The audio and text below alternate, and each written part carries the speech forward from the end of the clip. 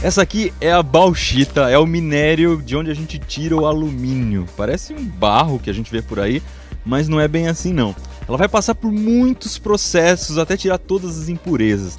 Aqui chegam entre 8 e 9 mil toneladas de bauxita por dia. Cada 6 quilos de bauxita vai dar 1 quilo de alumínio. Elas chegam de trem, vêm de Minas Gerais e de Goiás. E vocês devem imaginar que não é nada fácil descarregar isso aqui. Então não são pessoas que ficam aqui em cima com uma pazinha tirando bauxita, não. Olha só. Esse aqui é um virador de vagão. Ele está descarregando simplesmente 50 toneladas de bauxita de uma vez só. Aqui no moinho é a primeira etapa para a gente ter alumínio.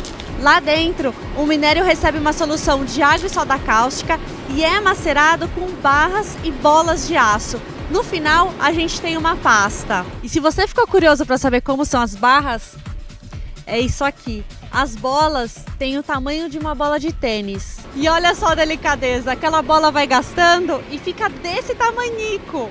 A bauxita é isso aqui, é uma mistura de muita coisa diferente e a gente só quer uma coisa dela, a gente quer óxido de alumínio que está aqui. E para isso a gente vai usar muita soda cáustica. Então a massa de bauxita que saiu do moinho vem para cá, ela vai ser cozinhada junto com soda cáustica a 150 graus Celsius e aí a soda cáustica vai reagir com óxido de alumínio e o óxido de alumínio passa a ficar dissolvido num líquido. Então o alumínio está ali no líquido. Ele passa por um processo de decantação, ou seja, aquele líquido com toda a mistureba, toda a impureza que ele tá, a impureza vai descendo, as coisas mais pesadas vão ficando pro fundo. Então a gente consegue descartar tudo isso que desceu e depois passa por um filtro também para limpar as partículas menorzinhas que estão de contrabando querendo ir junto com óxido de alumínio. E no final de todo esse processo a gente vai ter, sabe o que? Hidróxido de alumínio. Não é ainda o óxido de alumínio que a gente quer, ainda tem muita água aqui. Então isso aqui vai ter que ser calcinado, vai ter que ser queimado para tirar a água. E depois de queimar, finalmente, a gente tem a alumina, o óxido de alumínio, esse pozinho branco que a gente precisava tirar da bauxita. Bora então tirar esse oxigênio do alumínio. Isso é feito aqui na sala fornos. Vamos entender como funciona, você vai entender por que gasta tanta energia elétrica para fazer alumínio.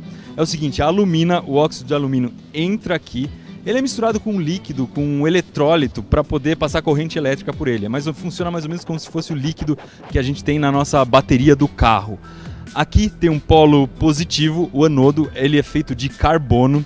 E aqui embaixo a gente tem o cátodo, que é o polo negativo. Na hora em que a gente coloca a energia elétrica nisso aqui, o oxigênio vai para o anodo e ele vai se juntar com o carbono, vai virar gás carbônico. E o alumínio puro vai se juntar aqui no anodo. E é assim que a gente consegue separar os dois. Para isso vai uma quantidade absurda de energia. Para você ter uma ideia, eles operam aqui com 4 volts e 134 mil amperes. O chuveiro da sua casa tem mais ou menos uns 35 amperes, para você ter uma ideia. Um detalhezinho que eu já ia esquecendo de falar, tudo isso acontece a 960 graus Celsius. Isso quer dizer que aquele alumínio que se acumulou lá embaixo está líquido. Esse aqui é o forno que eu acabei de explicar lá fora. A fábrica tem 1040 fornos iguais a esse. A energia entra por essa barra, não é por um fiozinho não, essa barra imensa vai ser distribuída por essas barras menores até chegar no anodo, que é o polo positivo, a gente não consegue ver daqui porque ele está lá dentro, mas ele é formado por coque e piche. Eu falei grafite, mas não, são essas duas substâncias, são muito ricas em carbono. A solução eletrolítica que está com o óxido de alumínio está lá dentro, está super quente, a gente não vai conseguir ver também, mas dá para ter uma ideia por esse fogo saindo. E o alumínio em si está lá embaixo. O gás carbônico é tirado por essa mangueira aqui do lado. O alumínio é tirado do forno uma vez por dia. Eles tiram mais ou menos 900 quilos de alumínio de cada forno, de cada cuba. E ele vai sendo guardado nesse cadinho pequenininho aqui, que é capaz de levar simplesmente mais de 5 toneladas de alumínio para fundição. Esses fornos estão ligados em série. É como se a gente tivesse uma pilha atrás da outra. A energia de um vai passando para o outro. Mas a corrente elétrica é tão alta, mas tão absurda, que o campo magnético que é formado aqui, vocês não têm noção. Se a gente chegar com a câmera um pouquinho mais perto, a câmera começa a ficar maluca, a perder o foco, a dar zoom sozinha. Então, para mostrar esse campo magnético, eu peguei um clipe, coloquei na minha mão e gravei com o celular. Você consegue ver que o clipe vai levantando sozinho conforme eu vou andando aqui entre os fornos. Mas Iberê, olha que cilindro gigante de ar comprimido, que legal. Pra que serve? Para as pessoas respirarem? Vai estudar a tabela periódica, rapaz. E essa sala maravilhosa é a fundição. Aqui o alumínio chega líquido e vai direto para esses fornos, que chegam a mais ou menos 950 graus Celsius, e recebe alguns materiais, tipo ferro, manganês, silício. O que ele vai receber vai depender para que ele vai ser usado depois. Dos fornos ele vai direto para ser moldado. E agora uma curiosidade, esse alumínio que a gente está mostrando aqui do começo ao fim, eles chamam de alumínio primário, porque é um alumínio que eles tiraram direto da bauxita. Mas aqui nessa fábrica, eles também reciclam alumínio. Ó, esse caldeirão aqui. A produção de alumínio reciclado aqui corresponde a mais ou menos 30%. E esse aqui é o rolo caster. Ele tem mais ou menos 9 toneladas e 8 milímetros de espessura. Eu tô meio longe assim porque ele ainda tá pegando fogo, porque ele acabou de ser feito. Vamos lá ver. Para fazer o rolo caster, o alumínio sai daquele forno que a gente já viu e vai descendo por gravidade aqui. Ele vai passar por um tratamento de argônio para tirar algumas impurezas, depois por um filtro, e aí ele acaba numa bacia onde ele vai ser injetado entre esses dois rolos. Esses cilindros têm duas funções. A primeira, que é meio óbvia, é de amassar o alumínio para ele ficar na forma correta. A segunda é de esfriar o alumínio que estava líquido. Então por dentro deles passa água que fica refrigerando o tempo inteiro. Mesmo assim, essa chapa de alumínio que está saindo daqui está em 600 graus Celsius. Essa máquina é capaz de trabalhar por 12 dias sem parar.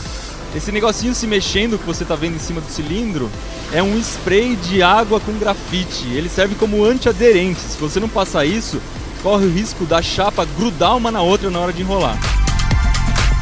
O rolo caster vem aqui para essa área que se chama laminação. Claro que você não vai enrolar o seu frango com papel alumínio de aproximadamente 1 centímetro de espessura, né? Por isso aqui ele vai ser, ó, muito amassado. A máquina é bem lenta, ela funciona mais ou menos a 75 centímetros por minuto, o que dá 1 centímetro por segundo, mais ou menos. Mas a gente olhando assim, quase não dá pra ver ela funcionando. E é nessa máquina que o rolo de alumínio caster vira papel alumínio. Ela funciona como uma espécie de máquina de fazer massa de pastel. São 2 cilindros que eles vão girando e comprimindo a folha de alumínio. Essa folha passa em média 10 vezes por esses 2 rolos compressores. E só passa 10 vezes porque cada vez que a folha passa, ela diminui 50% de espessura. Ele vai ganhando tensão, ele vai esticando cada vez mais por dentro.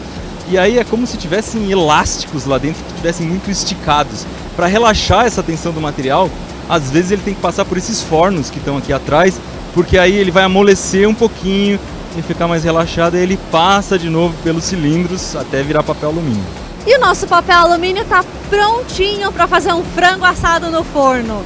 Mas ó, esse daqui ainda para a gente poder comprar, ele vai para outra empresa que vai enrolar em rolinhos menores para a gente comprar no supermercado.